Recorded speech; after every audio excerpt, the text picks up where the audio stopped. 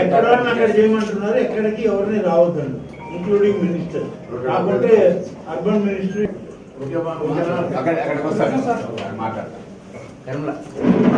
పైన ఫ్యాన్ బాబు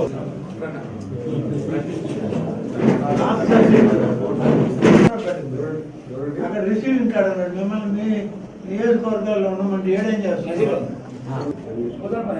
ఎమ్మెల్యేలు వాళ్ళు ఎవరిని రావద్దని సీఎం 15th స్వచ్ఛాంధ్ర ప్రోగ్రామ్ ముఖ్యమంత్రి గారు 10 వస్తున్నారు.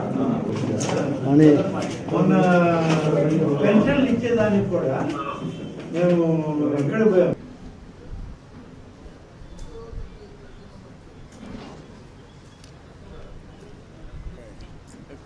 नहीं पहले नहीं मेंटल भी है भाई जब मुझे भूदान मिला था कभी कपड़े के पूरी साथ आ सवा गज में मेगा से మాట్లాడాము.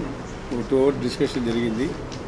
పొలిటికల్ పోస్టులు ఏ రకంగా భర్తీ చేయాలా అందరూ కూర్చొని మాట్లాడుకు సమన్వయంగా అందరూ కూడా, ఎందుకంటే కొన్ని జాయింట్గా ఉంటాయి, కొన్ని కలిసి ఉంటాయి, కొన్ని కాన్స్టిట్యూషన్ సిటీ ఉంది, 2-3 శాసనసభ్యులు ఉంటారు, ఏ రకంగా చేసుకోవాలి దాని గురించి కూడా మాట్లాడాం.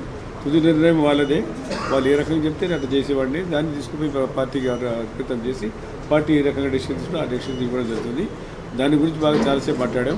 ఎమ్మెల్యేలు వాళ్ళ అభిప్రాయాలు చెప్పారు. మళ్ళీ ఒకసారి మాట్లాడుకుని అందరూ కూర్చొని ఒక నిర్ణయానికి వాళ్ళకి వస్తారు. తర్వాత కడపలో జరగబోయే మహానాడు గురించి కూడా చాలాసేపు చర్చ జరిగింది.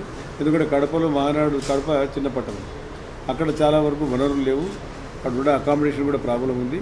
కాబట్టి కడపలో పెడితే కడప 5 జిల్లాలో కూడా సెంటర్ అవుతుందని చెప్పి ఇటు చిత్తూరు, కడప, అనంతపురం, కర్నూలు, నెల్లూరుకు కడపలో పెడితే బాగుంటుందని చెప్పి, ఎందుకంటే ఇంతవరకు కడపలో కూడా ఎలాంటివి పెద్ద పార్టీ తరఫున పెద్ద కార్యక్రమం జరగలేదు. నెల్లూరులో కానీ, కర్నూలులో కానీ, తిరుపతిలో కానీ, మీకు అందరికీ అనంతపురం కానీ జరిగాయి. కానీ కాబట్టి కడపలో చేయాలని ఒక నిర్ణయం తీసుకోవడం జరిగిందండి. దానికి కడప అయితే సెంటర్ అవుతుంది. ఏదైనా అకామిడేషన్ ప్రాబ్లం అయితే 1.5 కిలోమీటర్ సారీ 1.5 అవర్ నంద్యాల కానీ, అదేవిధంగా 2.5 అవర్స్ నెల్లూరు కానీ, చిత్తూరు కానీ, తిరుపతి కానీ ఉంటాయి. కాబట్టి అక్కడ ఏర్పాటు చేసుకుంటే బాగుంటుంది చెప్పి దాని గురించి కూడా డిస్కషన్ చేయడం జరిగింది. అది 27, 28, 29 తారీఖులో మే 10 సంవత్సరం జరుగుతుంది. తమకందరికీ తెలిసిన విషయమే. అదేవిధంగా పార్టీ ఆఫీసు గతంలో చంద్రబాబు రెడ్డి గారు ఉన్నప్పుడు ఈ పార్టీ ఆఫీస్ ఏర్పాటు చేయడం జరిగింది. దీని కూడా చర్చ జరిగింది. పాలిట్ బ్యూరోలు కూడా దీని గురించి డిస్కస్ చేశాం. ఈ పార్టీ ఆఫీస్ని అమ్మి కడదామా, ఈ పార్టీ ఆఫీస్ పెట్టి ఇంకో ప్రభుత్వ స్థలమా లేకపోతే ప్రైవేట్ స్థలమా కొనుక్కొని ఒక అనువైన చోట దాదాపు ఎకరాకు తగ్గకుండా ఇక్కడ పార్టీ ఆఫీస్ కొత్తగా ఏర్పాటు చేసుకోవాలని ఒక నిర్ణయం కూడా తీసుకోవడం జరిగింది. దానికి అనువైన స్థలం వాళ్ళ అజిత్ గారు కానీ, అదేవిధంగా మరి 2-3 కూర్చొని మాట్లాడుకొని వాళ్ళ కమిటీగా ఏర్పాటు చేసి ఇక్కడ అనువైన స్థలం ఏదైతే ఉంటుందో అక్కడ మన పార్టీ ఆఫీస్ ఏర్పాటు చేసుకుంటే బాగుంటుందని చెప్పి ఒక నిర్ణయం కూడా తీసుకోవడం జరిగింది. దానికి అందరూ కూడా సముఖంగా పెద్దలు నారాయణ గారు కానివ్వండి, అదేవిధంగా మన మిత్రుడు రాము అని పిలుస్తూ ఉంటారు రామనారాయణ రెడ్డి గారికి, మరి ఎందుకంటే వారికి నాకు చంద్రబాబు రెడ్డి గారికి చాలా సీనియర్ కాబట్టి వారు ఈ కార్యక్రమంలో పాల్గొన్నారు.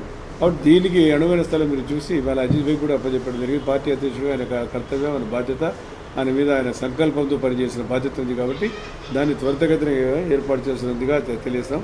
శాసనసభ్యులు కూడా చాలామంది వచ్చారు, వాళ్ళ అభిప్రాయాలు చెప్పారు. మేజర్గా పొలిటికల్ పోస్టుల గురించి ఎక్కువసేపు మాట్లాడాం.